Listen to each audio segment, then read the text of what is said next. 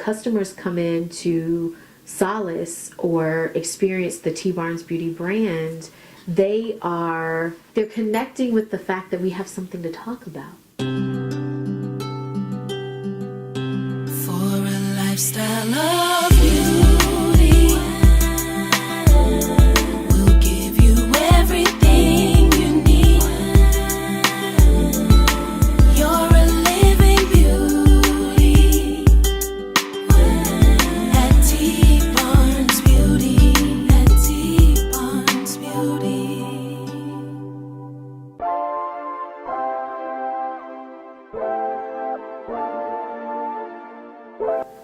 You're an amazing person to me, you know. Oh, I like that.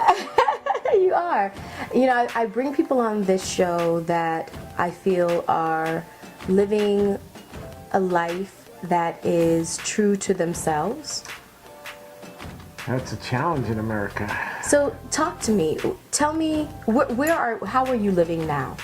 I am living in a house in Westport, in a house I formerly lived in some years ago, and then I went to France, I went out to Seattle, came back, and I actually live in the whole house, but I have the entire basement to myself, and it is one cacophony of insanity down there, because it's like living out of a suitcase, but permanently.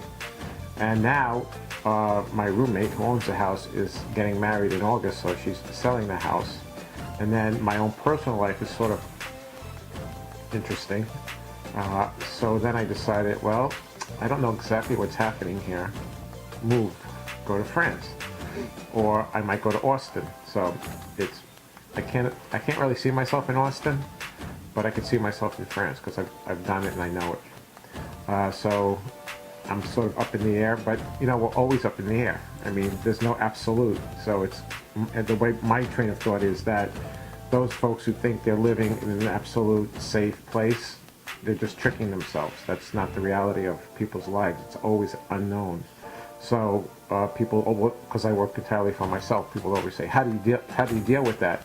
And I say, well, how do you deal staying in a cubicle? Right. You know, so if you're in a cubicle and the pink slip comes down, you know, I get a pink slip every day. You know, my life is a pink slip, and when you work for yourself, you know that the pink slip is always the possibility, because you don't know if someone's going to call, if someone's going to show up at the door, and you know, you're going to get work. So I'm constantly aware of it, but because I'm constantly aware of it, I strive to have work. So the Little Red Dot Project stems from a lot of different things, but it really represents everything we know about life. So when I hand you the little red dot and I say, Tanisha, I have a gift for you, and I hand it to you, most people look at it and look at me and go, what is this you're giving me? And I said, it's a gift. So our notion of what a gift is, I mean, just the notion of what a gift is, the value of the gift that I'm giving you, if I truly give you that as a gift, a gift is a gift, right? Is it a Mercedes-Benz? No, it's a little red dot that was punched out of garbage.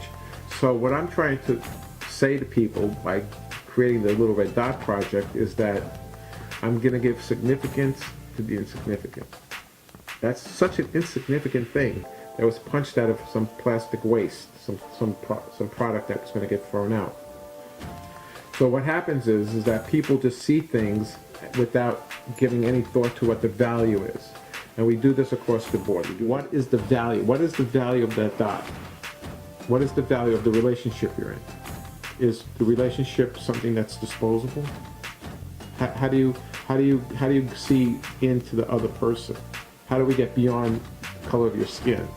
How do you get beyond the curly hair that I have, or the color of my eyes, or the sexual orientation of somebody? How do you get beyond that? People will always say, I can tolerate that. I can tolerate that guy being gay. I can tolerate that black guy. I can tolerate the Chinese dude the way. No, you know what? I don't want to tolerate anybody. Because that's not really anything. What we have to really figure out is how to accept people. How do you accept that person's sexual orientation? How do you accept that person's ethnic background? How do you do that?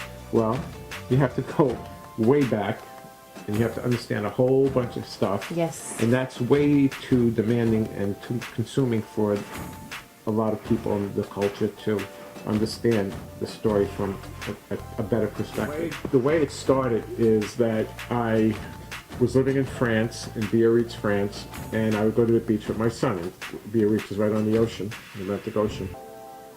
And I would find little pieces of plastic junk, and I started assembling them. And so I started giving myself rules about how it was going to be done. And we were at the beach like every single day, so I was always making something. And so I would start assembling different aspects of different pieces of junk, and then those little sculptures that were coming out would be like my subconscious mind. They would be like really, you could see that there was something else going on. It wasn't just objects that were being found. So then I would go back by myself, and then I started sitting there and I made rules up, and then I started applying rules like I can't leave this beach, I can't use this, I can't use that, I can't use screws, I can't have glue. It has to be organic right from there. And everything I found had to work somehow or be held together somehow from the stuff I found. I could only use one tool, my little pocket knife. And then they got more and more complex and bigger and better and more interesting. Then I just started really getting into it. And then I would travel, and then I would look for junk in different places. So I was taking stuff from, because I was going back between Paris, New York, and Biarritz quite often. And I was finding, and then I would go up to Boston, and I would find junk in Boston or Cambridge, and I would get stuff from there. And I just started getting all this stuff, and it was getting more and more interesting, the types of garbage I was getting. And slowly I got into the hat making thing because of a friend of mine collects hats, and it just kept getting better and better. And so I kept getting more and more into it and started realizing that it's a disposable society, and the disposable society doesn't stop with garbage. It's across the board.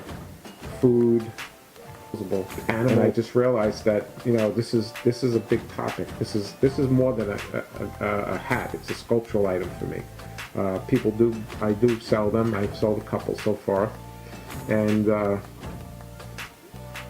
it's just a way of seeing the world in a better way. Like now this hat is the ring top of the Home Depot bucket. See, that goes like that. And I love this hat. This hat is I have big hair, but I'm gonna try. I think oranges came in the netting. Like the old-fashioned hats back in the 40s, they had a lot of nets. And this is from a planter of some sort. And who knows where anything comes from? I forget where everything comes from. But it's all garbage. How does this, so we take this idea of humanity, what's disposable, what's not disposable, being able to look at the world and see something that we would seemingly think is insignificant and start to create the significance around it. How does that relate to you living this lifestyle of beauty that you have? By paying attention. You have to pay attention to everything. We're not paying attention. You know, as I think this culture, as diverse as it is, we're not paying attention to the natural resources of the culture. It's not oil in Texas or California or wherever the oil is coming from in this country or Canada or whatever. It's about the people that make up the culture. And we haven't learned yet to understand that our greatest strength is in the diversity. Free. So what, free, this keeps coming up a lot in the interviews about living beauty, is that the people that are trying to live this lifestyle are seeking freedom. What does freedom look like to you? That's a gigantic question. What does freedom look like to me? It's living your life without having to deal with anybody else's prejudices or their method of thinking of confining me. My name is Daniel Lanzalata, and I am Living Beauty.